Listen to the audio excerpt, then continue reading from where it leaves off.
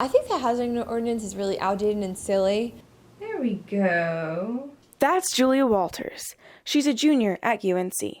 After living in her sorority house last year, Walters decided she wanted to live in a house or apartment. But the Chapel Hill ordinance that allows no more than 4 unrelated people to live in the same house made her search more difficult. I think it's just like a way to keep college kids vulnerable, and because a lot of these houses, you could easily fit more than 4 people in. She said finding a place that only fits 4 people and is affordable is hard. I know a lot of my friends have had trouble finding houses that they like, that aren't way too far away. Students need to be able to find a house that they can that a decent number of people can fit in for a reasonable price. Lauren Clark is the executive director of the Office of Housing and Community for Chapel Hill. She said the town's ordinance was put in place in the early 2000s to address issues of overcrowding.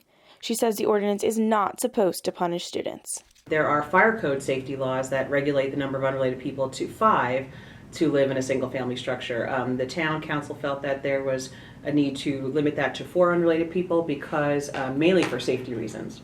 Clark says the town council believes that it's difficult for unrelated tenants to keep track of more than 4 people in a home in case of an emergency. She said families, however, have a different level of accountability for one another. That's why there can be more than 4 family members living in a home.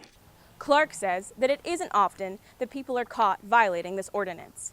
Typically, too many people in one house are uncovered if there are too many cars in the parking lot or if there's a noise violation. Still, the Code Enforcement Department has difficulty proving that there's a legitimate violation. If it is proven, however, the consequences can be harsh. J. Tristan Routh is an attorney for Carolina Legal Services. He says the liability of this ordinance falls on the property owner. According to the town of Chapel Hill's website, the consequences of violating this ordinance can be a fine of at least $100 a day until the issue is resolved. Even though the town's not going to go directly after the tenants, more than likely what's going to happen is the landlord who's getting the pressure from the town is going to turn around and try and go after the tenants. This means students like these could face eviction, but Routh says that's rare. His biggest concern is if students wanted to sue their landlord for violating the lease or not completing his or her duties. I sometimes am reluctant to tell them to take legal action against their landlord because their landlord may turn around and try and kick them out or say that they're breaching the lease too by having more than 4 people in there. So for students like Walters, it looks like she's stuck dealing with the ordinance for now. In Chapel Hill reporting, I'm Katie Kamen.